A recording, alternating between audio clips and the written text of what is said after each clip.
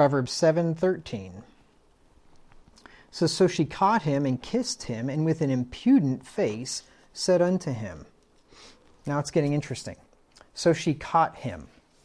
Caught is the past tense of catch, and catch means to capture, especially that which tries to escape, hence to ensnare, surprise, overtake, reach, get at. It's to take forcible possession of, capture, such as a town, castle, ship, country, etc. So when you catch something, you catch it, right? Yeah, that made a lot of sense. When you catch something, you capture it. There we go. You can't define a word with the word itself, right? You capture it. You ensnare it so that it can't escape. And this is something that hunters do when they try to catch the prey. And the strange woman is a hunter too. She's a hunter of men. Proverbs 6:26. It says, for by means of a whorish woman is a man brought to a piece of bread, and the adulteress will hunt for the precious life. And when she finds one, Proverbs 7 and verse 15, says, therefore came I forth to meet thee, diligently to seek thy face, and I have found thee. So she's hunting, and when she finally finds some unsuspecting young foolish man, she catches him in her narrow pit, Proverbs 23 and verse 27. Just like a hunter would dig a pit, a long time ago, would dig a pit to catch an animal so it would fall in the pit, the strange woman hunts men. She has a pit that she's wanting him to fall in. Proverbs 23:27, for a whore is a deep ditch, and a strange woman is a narrow pit. What happens when you fall in a deep ditch or a narrow pit? It's hard to get out of, right? Because it's so tight in there, and you fall in, and then you can't even move, and it's really hard to get yourself out. It's kind of like this video that I saw of a sheep the other day. Did I tell you? I was just thinking about it. Funniest thing. This little sheep, there was a ditch dug in a field. And it was narrow, like this narrow pit. And the poor little sheep had fallen in the ditch. And he's down there head first. And a young kid comes along and pulls him out by the leg. And then he gets a belt on him, and he pulls him up out of the ditch and gets the belt off. And as soon as the sheep gets free, he goes running along the ditch. And then he makes a big leap, and he leaps straight into the ditch again, head first. It was the funniest thing. And that's why the Lord calls us sheep, because we're stupid, like sheep. I was telling my dad that, and my dad grew up on a farm, and they had sheep. And he's like, oh, sheep are the stupidest things. And he started telling me stories about how dumb sheep are. But that was hilarious, and it just reminded me. And furthermore, it also reminded me just a kind of a spiritual parable there of the Lord pulls you out of the ditch, and no sooner does he pull you out of the ditch and you go running away and jump straight back into it again, and he's got to come and pull you out again. So anyway, but the little sheep, when he got down there in the ditch, there's nothing he can do. He can't get out. He couldn't even turn around. He couldn't crawl back out. He's stuck. And that's what happens with the strange woman. She gets you down there in the ditch. Look at Proverbs 22 and verse 14. It says, the mouth of strange women is a deep pit. He that is abhorred of the Lord shall fall therein. So, to the man that falls into the pit of the strange woman, you better be very afraid, because it says, he that is abhorred of the Lord shall fall therein. So, God forbid that ever happen, I'd be begging God for mercy and trying to have every ounce of assurance of salvation that I could possibly get, because I'd be scared to death that I'm hated of God, that I'm not even one of God's children. So she finds one, she catches him in her narrow pit, and then she uses her snares and nets to catch him. She has a snare and a net set up in that pit. Ecclesiastes 7 verse 26. Just like a hunter. I mean, it makes so much sense. She does exactly what a hunter does, because she is one. Ecclesiastes 7:26. Solomon says, I find more bitter than death the woman whose heart is snares and nets, and her hands as bands. Whoso pleaseth God shall escape from her, but the sinner shall be taken by her. So her heart snares and nets, and her hands are as bands. Bands are like handcuffs, that would be put around your wrists or your ankles. So she's got her snares and nets that she catches men with. And what are these snares and nets that she catches men with? They are her flattering words. Proverbs 7 in verse 21.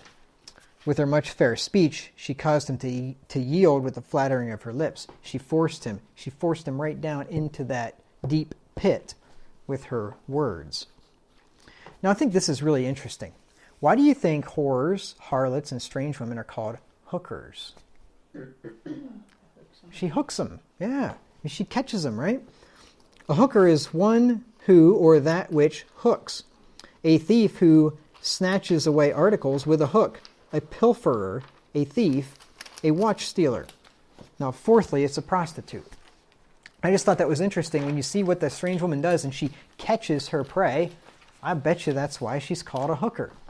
She grabs men by her attractive and alluring looks and by her flattery. Hooks them just like a fish. Didn't it say earlier something about her eyes also?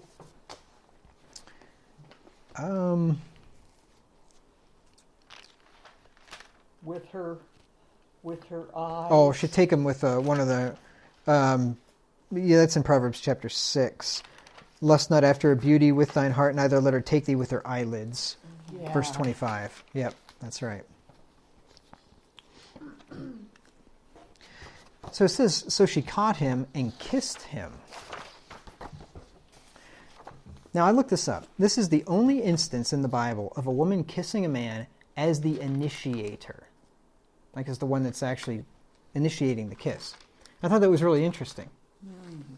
I searched the phrase, kissed him. Not he or she, or just kissed him. In every other place in the Bible where the phrase kissed him is used, it is speaking of a man kissing another man. They meet and he kissed him. You never ever see in the Bible, except for this place in Proverbs 7, where a woman meets a man and kisses him. It's always the other way around. Jacob kissed Rachel. Was it Leah? I forget. I think it was Rachel. And Isaac kissed Rebekah when he first met her. But the woman is not the one doing the initiating. Now, if you're married, it's obviously fine. Nothing wrong with that. So this is good evidence that women in the Bible were not the initiators of first romantic kisses. Right? When people in the Bible went out on dates, if they did, it wasn't the woman that was initiating the first kiss. And neither should it be here. So you want to beware of the woman who initiates a first kiss on a date. If she's that aggressive, she's most likely an unprincipled woman and an immoral woman. More than likely. Probably not the kind of woman you want to go after. A woman who does so is immodest, and we'll see that when I define impudent here in just a second. Now, the woman that initiates a kiss on a date is one thing. That's something you probably want to stay away from. But a woman that initiates a kiss before she's even spoken to you, that's really bad. You definitely want to stay away from that. You especially want to be wary of that woman. If she hasn't even said hi yet and she lays one on you, she's probably bad. That should be a big giveaway right there. This should have been a huge red flag to this young man. Now, unfortunately, many young men would be all too happy to have this happen to them, which is why they need to hear and heed Solomon's warnings. I mean, I know lots of people that I used to hang out with when I was younger. I mean, that would be like a dream come true. Something like that happened. So she caught him and kissed him, and with an impudent face said unto him. Now, unfortunately, I'm going to leave you hanging. We're not going to get into what she said to him until next week. But she says it with an impudent face. Impudent is wanting in shame or modesty, shameless, unblushing, immodest, indelicate. That's why I said the woman that would be the initiator of the kiss on a date, she's immodest by definition because she did it with an impudent face, she says to him. So she is not a modest woman, which we already found out by the way she was dressed. She was dressed with the attire of an harlot, so she doesn't dress immodestly and she doesn't behave. She doesn't dress modestly and she doesn't behave modestly. Now, a strange woman is immodest and has no shame, according to the definition here of impudent. Shame is the painful emotion arising from the consciousness of something dishonoring, ridiculous, or indecorous in one's own conduct or circumstances, or in those of others whose honor or disgrace one regards as one's own. So you can be ashamed of something that somebody else does that you kind of feel like, that disgrace ends up being on me because you're my child, or you're my husband, or you're my wife, or you're my parents, or something like that. Or of being in a situation which offends one's sense of modesty or decency. Shame is a good thing. It's a good thing when people can be ashamed, I should say. Shame is actually, it's a sad thing. But it's a good thing to be able to be ashamed. There are people today, many people in today's world, that they can't be ashamed. They're not ashamed. You see the way that women walk around and the way that they dress out there. And they're not ashamed. I'm ashamed for them. And if they were my daughter, sister, mother, whatever, I would definitely be ashamed. But this woman has no shame. She will say things to a man that no decent woman would. She'll just say things like that, just walk right up to him, lay a big wet one on him, and then start talking all this seductive language to him. It just doesn't bother her one bit, doesn't cause her one bit of pain. She's got a whore's forehead, and she refuses to be ashamed. Look at Jeremiah 3 and verse 3.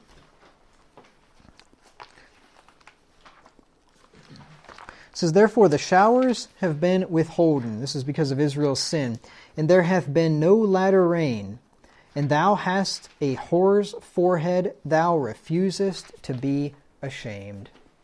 That forehead, that like that hard forehead, that stubborn forehead, where nobody's going to tell me what to do.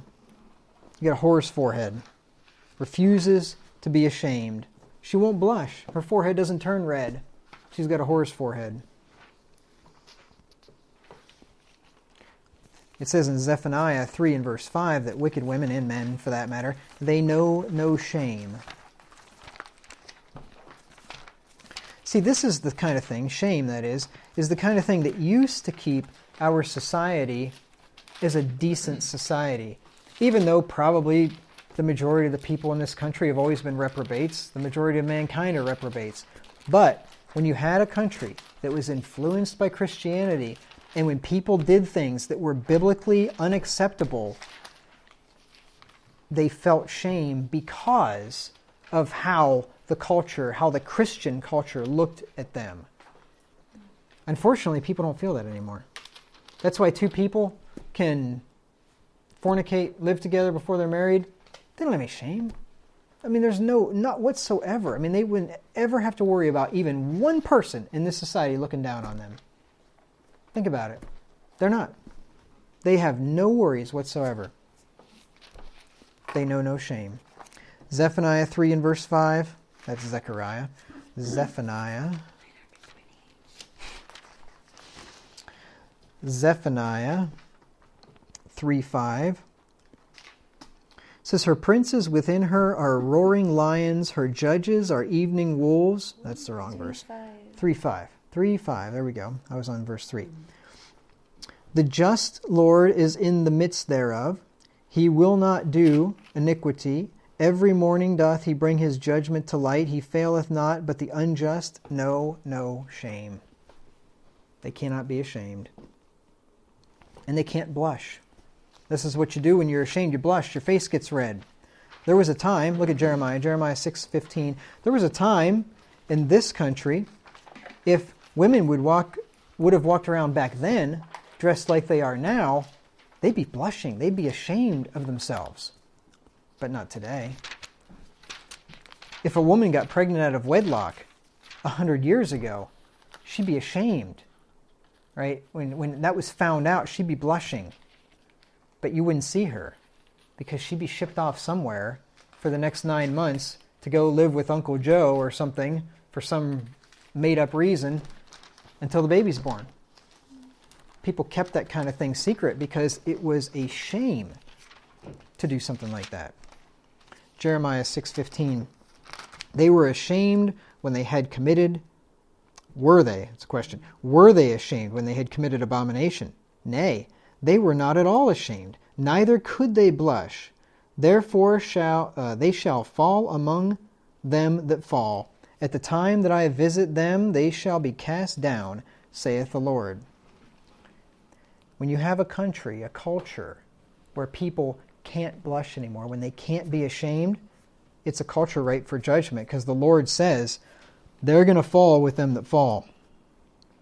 I'm going to visit them. The time of my visitation is coming. And, well, I don't know. Maybe they'll be ashamed at that time, but probably not. So this woman, to put it bluntly, is a slut. A woman that acts like this. A slut is a woman of dirty, slovenly, or untidy habits or appearance. A foul slattern. There's some new words for you.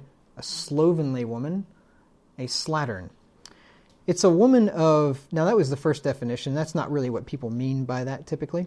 Secondly, it's a woman of low or loose character, a bold or impudent girl, a hussy jade. That's why I say she's a slut, because she literally is an impudent woman. With an impudent face she said unto him, she's a slut. So if you meet a woman who is not ashamed of how she dresses and talks, then do as Proverbs 5:8 says, remove thy way far from her and come not nigh the door of her house. Because that's a bad woman. Bad woman that walks around half naked and doesn't even bother her. Stay away from her. Just a quick note at the end of the sermon. The most important thing a believer in Jesus Christ can do is to be a member of one of God's true churches.